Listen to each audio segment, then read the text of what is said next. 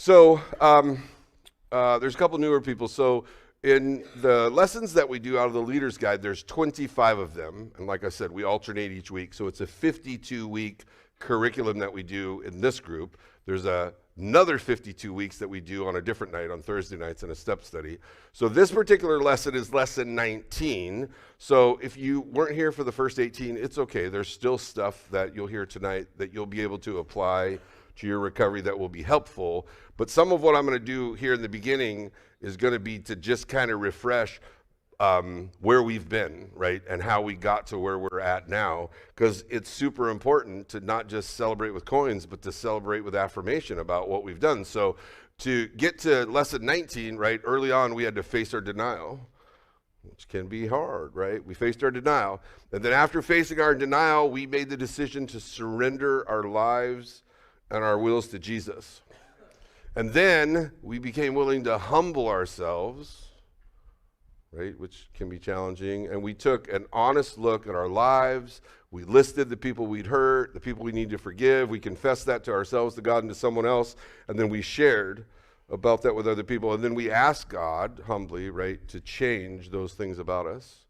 And then we became willing to forgive all the people that hurt us. And that's a process. You don't have to do that tonight. Don't go home thinking you got to forgive everyone who's ever hurt you tonight. Earlier in a step study, we would have worked on that. So, and then we started making amends to people that we caused harm to in ways that were healthy and appropriate with the guidance of sponsors and other trained people. And then we said, wow. Can you all say that with me? Wow. Right? The first 6 principles was a lot of work. I mean, it really was. It was a lot of work, but it was important work. It was necessary work. There's a reason why the steps and the principles are in order. They need to be worked in order. And if you try to just start on step 9, there's going to be issues. A whole bunch of issues. So now we've done lots of good work. We want to acknowledge that. It's been quite a journey. And for those of you who are new, you're not even on step 1 yet. That might seem pretty overwhelming. It's okay, right? When all of us were at principle 1, we were like, oh, this is overwhelming. It's okay. But God will give you the power to work through it. And that's the most important thing that I want you to hear tonight. Everything is possible through the power of Jesus. Right? Your whole life is going to change as you surrender your life to Jesus. And that's the most important thing. Jesus said it this way when he was here in John 8:32. He said, you will know the truth. And that's what we did in all those principles, right? We looked at what is the truth of our situation in Jesus, and the truth will set you free, right? To be able to be free, we have to be willing to acknowledge the truth and the importance that the truth plays in our lives. And then later, Jesus went on to say in John 14:6, I am the way and the truth and the life. No one comes to the Father except through me. So to have freedom and transformation, we need to have a relationship with Jesus. So if you're this far along in your recovery, you're experiencing a lot of freedom. You've been set free from your addictions for the most part, right? You are not experiencing all the obsessive compulsive behaviors that you were before. And the reason is because of the truth, right, that we've learned about ourselves and about God, and because we've asked Jesus into our hearts. We're allowing his will to control the way we think, feel, and make decisions. So you got a lot of speed built up. I want to encourage you to keep up the momentum, right? Don't put your foot on the brake. We're just going to, don't push the gas either. Just kind of be on cruise and keep moving forward. It's going to be really good. So at Principle 7 and Step 10, we find ourselves at a crossroads of recovery. We're either going to stop working recovery and go backwards, or we're going to choose to lean into recovery. And now that we've been experiencing healing and growth in our own lives, we're going to start to look for ways to continue that as well as to serve other people. So in Principle 7, we learned this. We're going to start now, if we haven't already, we're going to start reserving a time with God for self-examination, Bible reading, and prayer in order to know God and his will for my life and to gain the power to follow his will. And in step 10, it says, we continued to take personal inventory, and when we were wrong, promptly admitted it. We're going to talk about that a little bit more tonight. So although these, the step and the principle are a little bit different in what the one's talking about reserving a time with God for Bible study and prayer, and the other one's talking about a personal inventory, they both have the same purpose.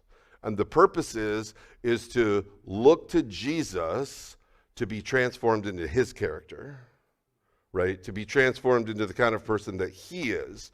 And so they work really well to be able to do that. And then it's also a reminder that we find in 1 Corinthians 10:12 that says, so if you think you are standing firm, be careful that you don't fall, right? I had 10 years clean and sober, and I totally lost my way because I wasn't spending daily time with God. I wasn't making recovery meetings a priority. I wasn't working on my character defects. And after 10 years, I relapsed. And it's just a miracle that I'm still alive because I stayed in relapse for 19 years, right? No amount of recovery is enough recovery to stop leaning into Jesus and to doing the work that's required. So as we begin to work step 10, we're going to see that it's made up of three key parts. We're going to talk about this more. The what, the why, and the then what. So flip your sheet over, right? And just write those three things and leave a little space in between them, please, because we'll add some notes as we go. The what, the why, and the then what. I usually like to just jump to the then what. That's not good. I don't recommend that. But, just being honest with you folks, I could do that with you, right?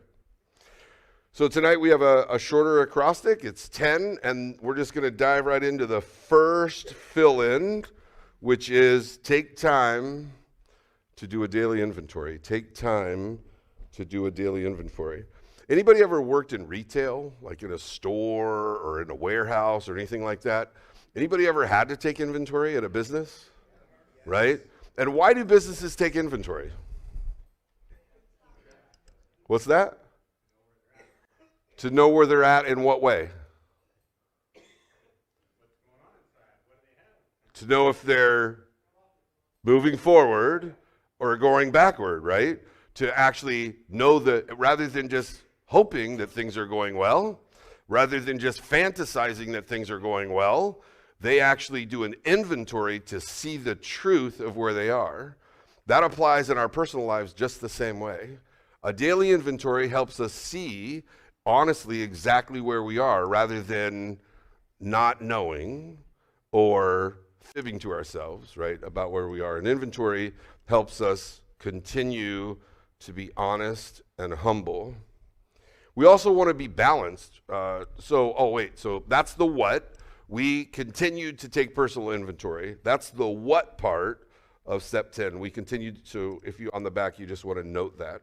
We continued to take personal inventory. And if you have your daily quiet time with God in the morning, right, I would encourage you to wait till the night to do your daily inventory, because it's usually super challenging to try to do it in the morning for the day before. Too much time has passed and the sleep and all that. It's important you do your daily inventory at night. Your quiet time can be whenever in the day you set that aside and it works in your schedule. In Lamentations 3:40, it reminds us that we need to be balanced in our daily inventories. We need to be balanced, right? We want to examine our ways, good ways and bad ways, and test them, and then we want to return to the Lord, right? We want to keep the things that are good, because we come into recovery with all kinds of stuff, and some of it's good. We want to hold that stuff. We don't want to let go of that. We just want to see what the negative ways are and let them go. So we want to ask ourselves just a few questions. What did I do today? Hey, Brian, in the right-hand pocket of my vest are two little books. Would you bring them to me, please? What good did I do today? Right? Honesty is super important. In what areas did I blow it today? Right? Work, school, relationships, whatever. Myself, right? Road rage, whatever it might be. What areas did I blow it today? Thank you. Did I do or say anything that hurt anyone today? Did I do or say anything that hurt anyone today? Do I owe anyone an amends? Let me just talk about this for a second. So I have found that when I recognize I need to make amends, if I don't do it within 24 hours, I'm not going to do it. I'm going to talk myself out of it. And I mean, usually if I don't do it right away, 24 hours might give me lots of time to talk myself out of it. I'll just give you an example the other night. So the other night Kyle and I were having a conversation, and I shared some things with him. And in the moment, right, I thought it was fine to be saying what I was saying. I thought it was the truth of the matter. And then later, right, like after 10 o'clock at night, when it was too late to call him, I realized, oh, wait a minute, that wasn't true what I said. After I further reflected on what I'd said to him, I realized, wait, that wasn't true. And it actually made me sick to my stomach that I couldn't call him right then, but I knew because I could tell his notifications were off. He was asleep. So I just set a little reminder on my phone. I'm gonna call him tomorrow, and I'm gonna tell him, hey, what I said to you wasn't true. I didn't mean to lie, right? That wasn't my intention, but I need to clear this up with you right away. And, he was gracious and he forgave me. He was also like, it doesn't really, okay, but it bothered me. I needed to get that handled because I knew if I didn't, and just in the time from when I recognized I needed to do it until I was able to talk to him the next day, probably 6 or 7 reasons I could get out of it came into my head. Well, he doesn't know. He doesn't know, right? What harm was done? He'll never find out. Why am I agonizing over all of this, right? I mean, what's the deal? Well, the deal is I know, and God knows, right? And if I'm gonna, stand up here and say, let's be honest, I have to be honest myself.